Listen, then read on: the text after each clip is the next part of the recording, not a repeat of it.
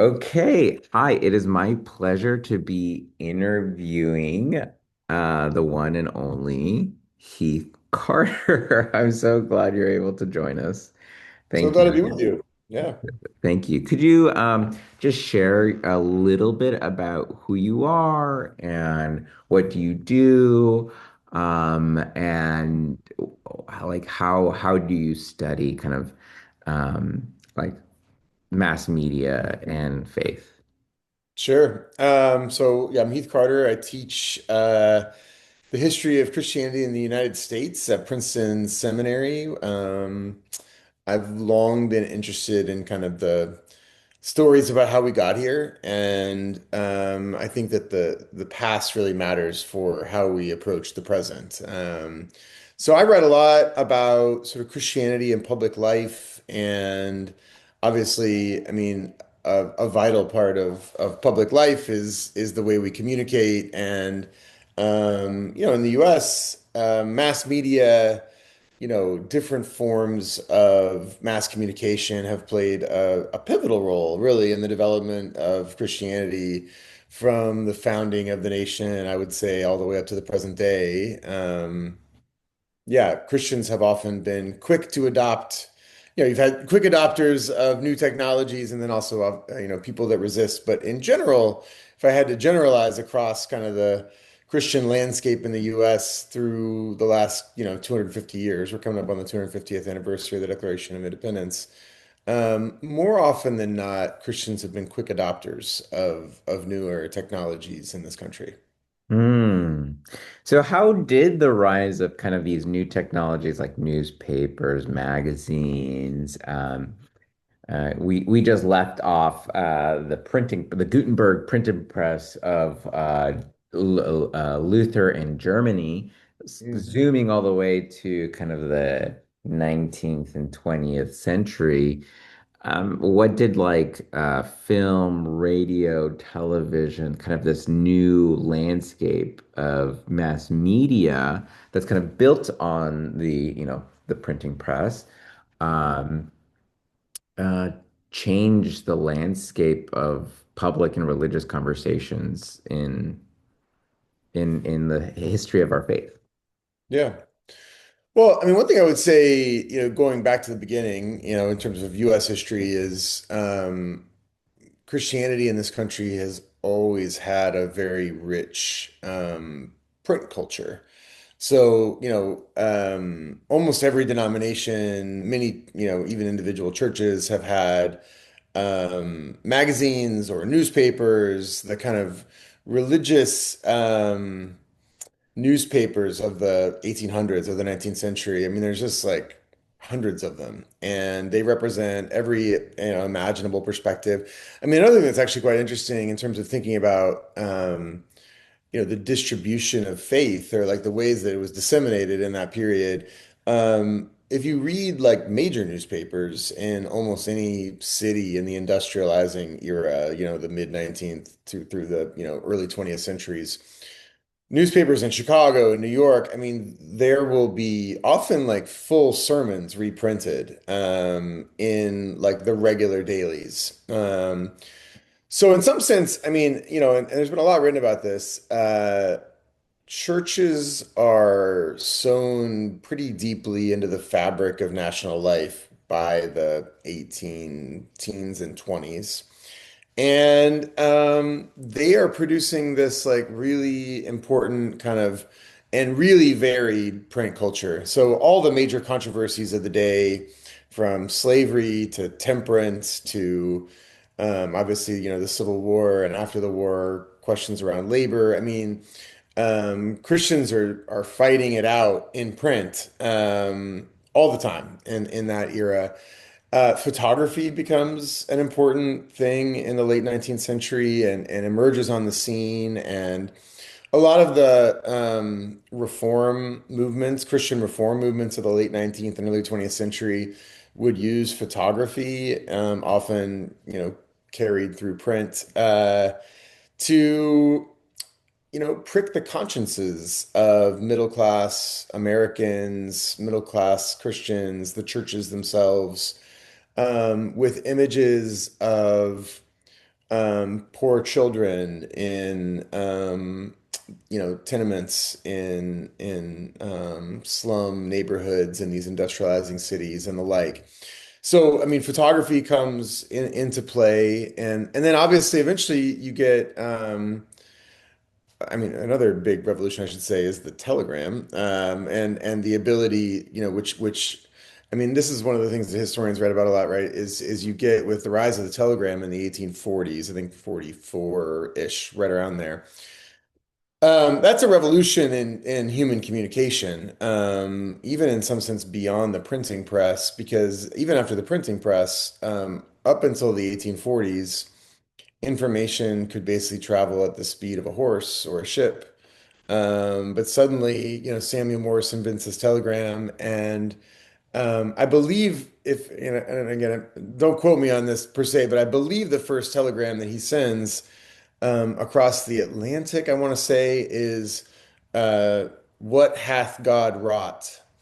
And it's this idea that, all of a sudden, humans who have been really quite limited, I mean, 30 years before that telegram, Andrew Jackson was fighting the Battle of New Orleans in the War of 1812 when the war was already over, but he didn't know it because the information hadn't gotten to him yet. And so, it's in terms of thinking about like the creation of our world, right? Things like the telegram and the train and whatnot, which speed things up, are really critical. Um, but yeah, then you get, as you move into the 20th century, you get the rise of radio as a mass media that is really important and being widely used, especially by the 30s. Obviously, FDR famously held these kind of radio addresses. But in that same period, you had all kinds of Christian ministers taking to the radio waves and using them for evangelism, for all kinds of Christian programming. There's competitions and battles over who has the right to time on the airwaves and whatnot. And then television. I mean, television transforms American life in so many ways, and in so many different kinds of ways. It brings uh, again, reform movements benefit from the television. I mean, the Christian reformers who helped to spur the Bloody Sunday March in Selma, Alabama, which when they were met in the March of 1965 by um, dogs and horses and whatnot, state troopers on the other side of the Edmund Pettus Bridge. That footage went all around the world, and it was able to do so because of the mass media. Obviously, you get the rise of televangelism and the kind of ways in which televangelism becomes sort of iconic. But a lot of people, there's obviously the scandals and all that kind of stuff, but there's also a sense in which, for a lot of people, radio, television, if print had once been a way that people accessed their faith, they accessed ideas about what it meant to be a Christian or whatnot. Radio and television, and now obviously the internet and social media are primary ways. And again, so if you want to have a sort of thesis around this, I would say in general, not to a church or to a denomination, but in general, American Christians have often been quick and robust adopters of these technologies. And so, at every stage along the way, if you look at you're going to find people of all different denominations, people of all different theological perspectives, jumping on these new medias as ways to share and spread their faith. I love that. There is this quote, and I'd love for you to like kind of expand on this. And it's like we're trying to trace again stone tablets to AI, but there's this a minister, Richard Halverson, who has this, that's attributed to him. When the Greeks got the gospel, they turned it into philosophy. When the Romans got it, they turned it into a government. When the Europeans got it, they turned it into a culture. When the Americans got it, they turned it into a business. Mm. So I think it's, sometimes trite and quite simplified. But what happened in the United States And 250 years is about the age of any empire. Yeah. During this is this is post the Second World War. The United States gathers kind of this really importance. It enters the center stage of the international scene, but so does its forms of Christianity. Can you tell me a little bit more and how is it really business-like? Did every, Mhm. that I just want to hear your Yeah. perspective. Yeah, I mean, so one of the things that's true in the US that's world historically significant, in some important sense is that Christianity for more than a millennium had been mostly a thing that developed in partnership with the state, or prior to states, empires and whatnot, kingdoms. Um, and so part of what happens in the US from the beginning, and part of the constitutional settlement, is the disestablishment of religion. And so you don't have a state church. There are state churches, so some states have their own official churches until the 1830s. I think 1833, Massachusetts becomes the last state to disestablish. But part of what that does, and there's been a lot of work on this front, is it creates what scholars have sometimes called a kind of marketplace of religious life in the US, where um, unlike in some European contexts, for example, where in Germany today, there's still, there's a state church that's tax funded, and you have to opt out of these sorts of arrangements if you don't want your tax money to go to the church.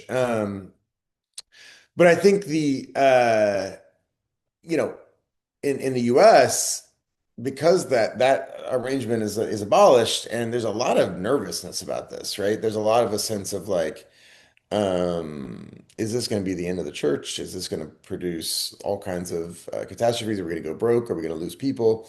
But contrary to all those fears, what actually happens, and we know, is that the US it becomes an extraordinarily Christian initially, and just more broadly, eventually religious place. And a lot of the vibrancy of Christianity in the US has been produced, I think lots of folks have argued, through the entrepreneurial energies that were required, because you couldn't just count on people to be your members. You had to persuade them in some sense, and you had to compete for them. And so that disestablishment at the founding introduces this dynamic into sort of the Christian landscape, where there's always this, yeah, entrepreneurial striving. There's again the quick adoption of new technologies, new medias, new ways of connecting with people. Um, and and there's also always been critique of that, as the commodification of Christianity, the kind of yeah, that it's been like degrading the faith in some sense, because there is this sort of business piece to it. So those debates obviously predate the US, actually, and go way back. And there's always been debates about, I mean, it goes back to the Bible, right? Where people are selling things in the temple, and Jesus comes in and says, don't do that, right? Those are perennial debates about kind of the relationship of Christianity and commerce and culture and whatnot. Um, but I think what I would say is that, like, what we've maybe, if folks in the congregation are familiar with kind of the ways that Christianity can be a business in the present, it has been that for a really long time. And again, that's been the source of a great vibrancy. People talk about I mean, one of the other characteristics that goes along with this, I think, is what people have called the democratization of Christianity. So, for a long time, Christianity was a kind of elite driven, it was, and you met God through your priest, or you met God through your pastor, and that person, especially in the, lead up to the revolution, would have been likely to have gotten their degree from a place like Harvard or Yale or whatnot. in the wake of the revolution and amid these kind of the disestablishment and everything, you get the rise of Baptist farmer preachers and Methodist itinerant ministers. You get the rise of this vibrant print culture and a sense that, this part, this is again part of like the story of Christianity in the US is that, God is speaking to a lot of individuals. Lots of people can like pick up the Bible and understand the truth. And so that spirit of kind of a democratic spirit, which obviously has lots of contradictions as well. We know that even as people are feeling like they can pick up the Bible and see the truth, there's also a growing ferocity to pro-slavery Christianity by the 1830s and whatnot.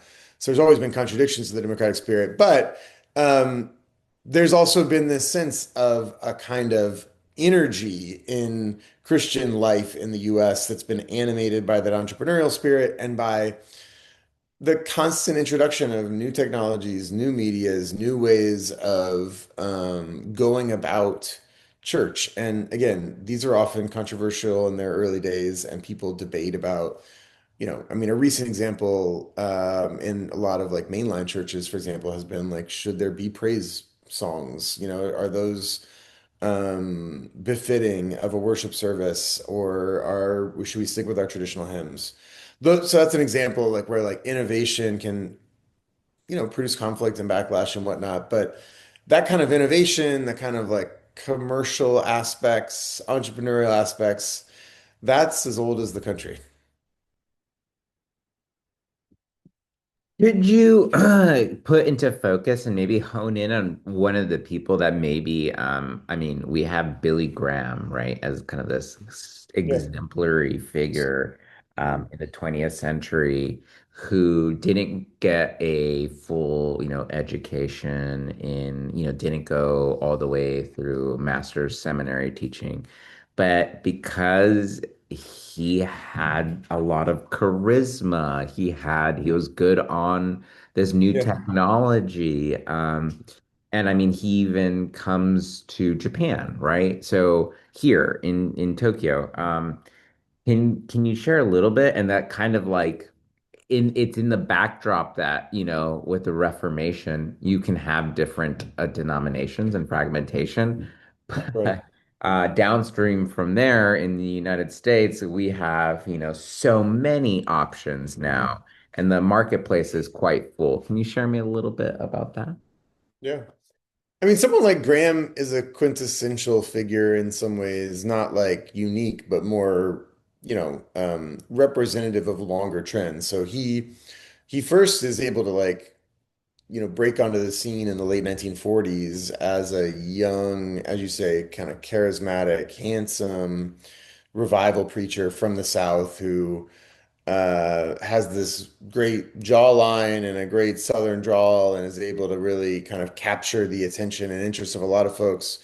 And who, is famously one of the big newspaper men of the day after his Los Angeles revival in 1949 says to his team, Puff Graham. So, follow Graham, use the newspapers, cover him, give him attention, etc. So he benefits initially from that.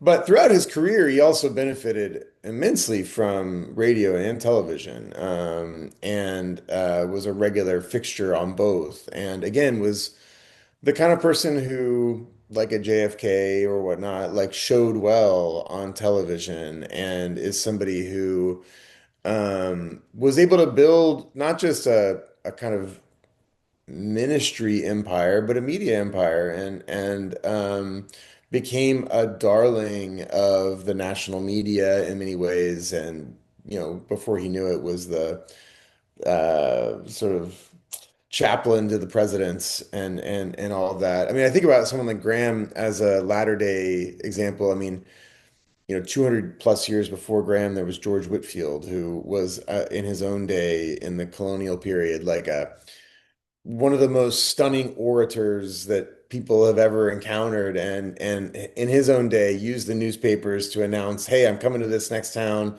coming to the next town." He was an effective promoter of himself and what he was up to. He spoke to the largest crowd that ever gathered in colonial North America and on Boston Common on one of his revival tours. So, I mean, you got like a figure like George Whitefield, who knew how to use the newspapers to kind of promote his whole revival thing.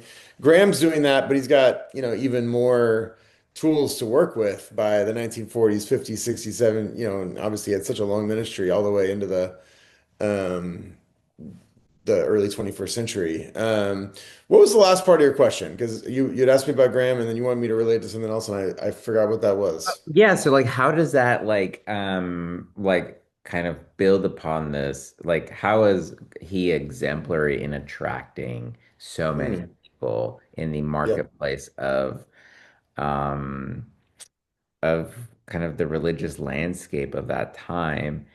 If you have, I mean, we could also expand. I mean, Billy Graham was, a jet setter, right? right. He was, unlike his other Christian peers. I mean, there are many people that we could pick, but and how and kind of the rise of evangelicalism, ever since like not the rise, but the popularity, it just becomes so like um, vibrant, it's alive and well.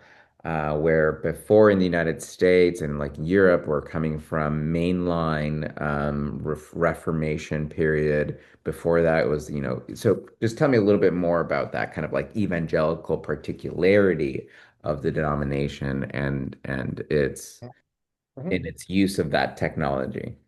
Yeah. I mean, evangelicals, I would argue, have been the most avid adopters of technology, in the story of US Christianity. I mean, you don't find a lot of evidence of like evangelical resistors usually to these technologies. And that's partly because evangelicalism in the US has often been really culturally ambitious, interested in shaping culture, interested in shaping the world, kind of movement or tradition. And that's true. I mean, I think we can talk about like different moments in the history of evangelical Protestantism in the US. And I like to kind of emphasize, that it hasn't always just been the same thing, across time. But one thing that I think there are some points of continuity, kind of religion of the heart, like a sort of emphasis on individual connection with God is one maybe point of continuity. And I think actually like mass adoption of new technologies might be another point of continuity across time. Someone like Graham, yeah, you're right. He was not just a U.S. figure, but a national figure, a figure who, in some sense, his own prominence and prestige paralleled that of the nation as the U.S. is emerging out of World War II and is becoming a global superpower.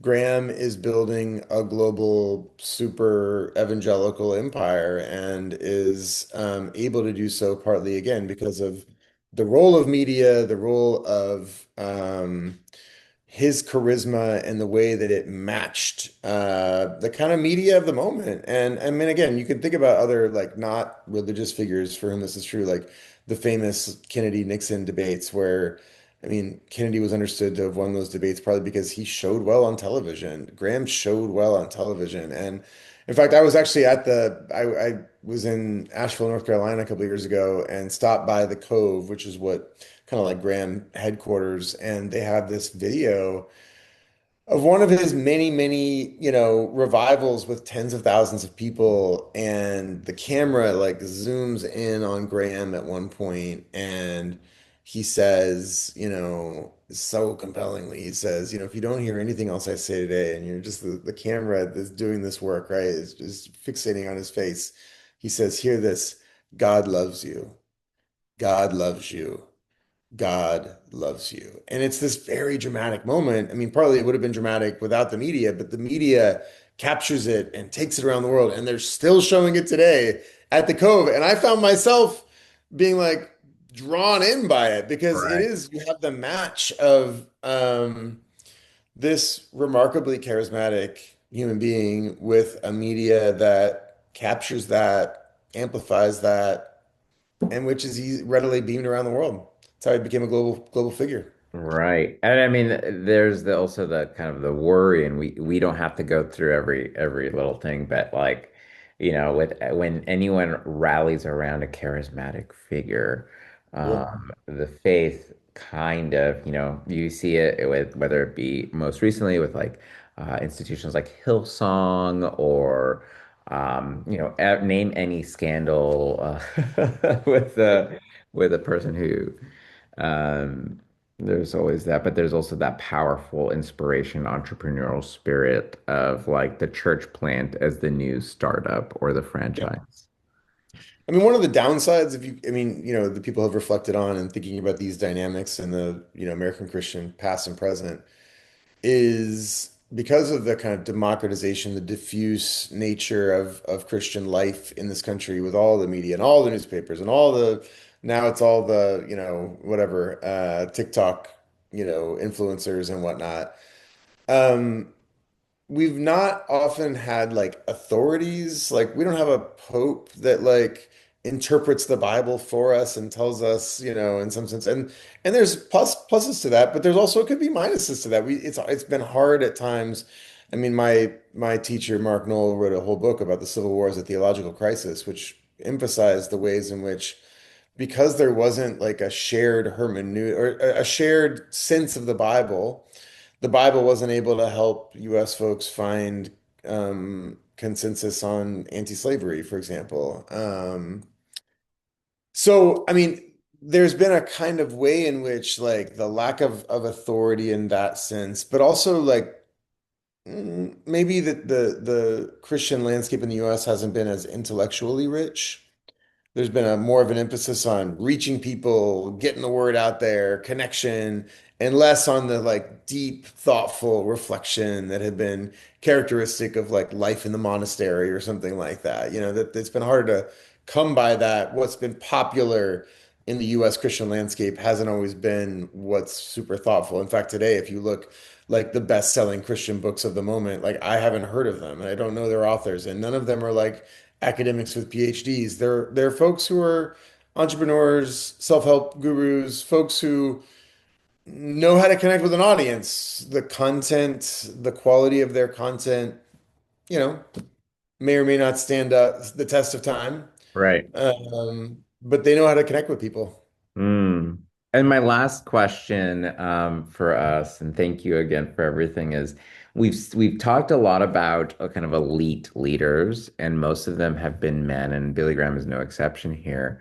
But with the rise of literacy rates across multiple generations, and as my daughter walks in, and especially with women, we have also figures kind of like Dorothy Day and Fannie Lou Hamer coming in. Can you tell me a little bit about how now, with this widening and democratization of the faith, how it actually also includes people that haven't originally always taken center stage? Yeah.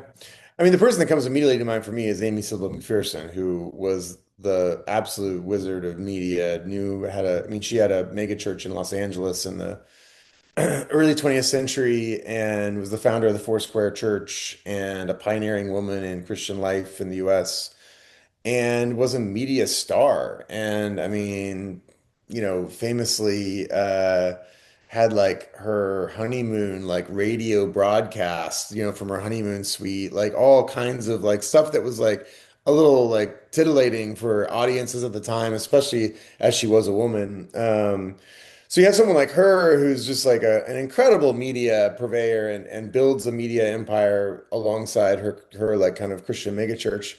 You also have someone like Phyllis Schlafly, who was a Catholic who mobilized conservative Catholic and evangelical women against feminism and used the media to do it and was an incredibly effective organizer on for the religious right in the 1970s and 80s, mobilizing women against the Equal Rights Amendment. She's a great example of somebody who's using the media.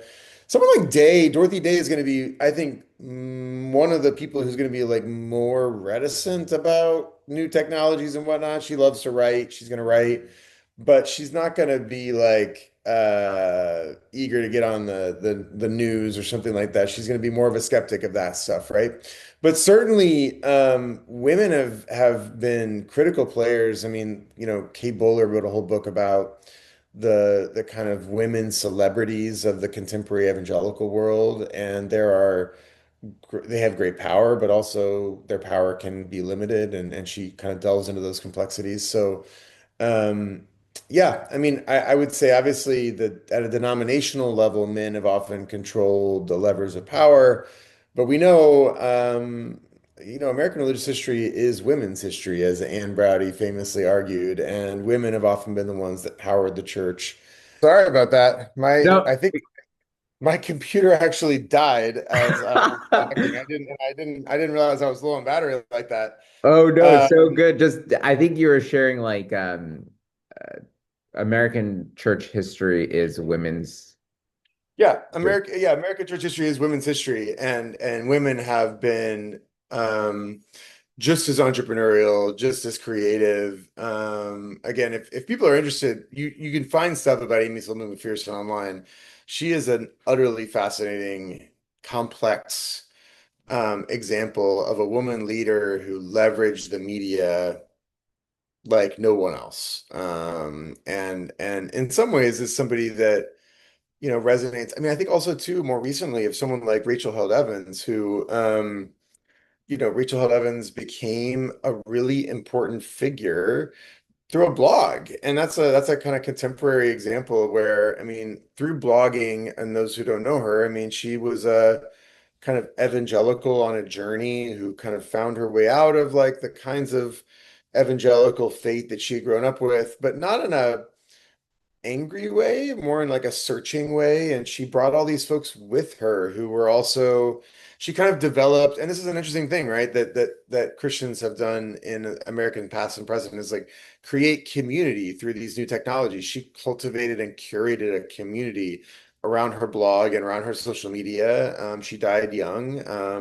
We actually have a biography of her coming out in the religious biography series that I edit next year. And it's a big emphasis on like how in the internet age evangelical women, post-evangelical women like Rachel Held Evans found in the blogosphere what they couldn't find in evangelical institutions, which was like formal power, right? She built informal but really substantial power through the internet. It's kind of amazing. So yeah, lots. I mean, we could talk all day about this. There's so All many day. other. Yeah. Yeah. Well, thank you so much, Professor Heath Carter. Again, it's always a joy to have you on and engage with Took Union Church, whether in person or online, because you Pleasure. were just recently with us, and we're just so thankful, and we'll continue the conversation in the classroom. But you're the best. Thank you so much. Thanks so much. This was a delight. Good to see you, Hector. See you. Thanks, man. Take care.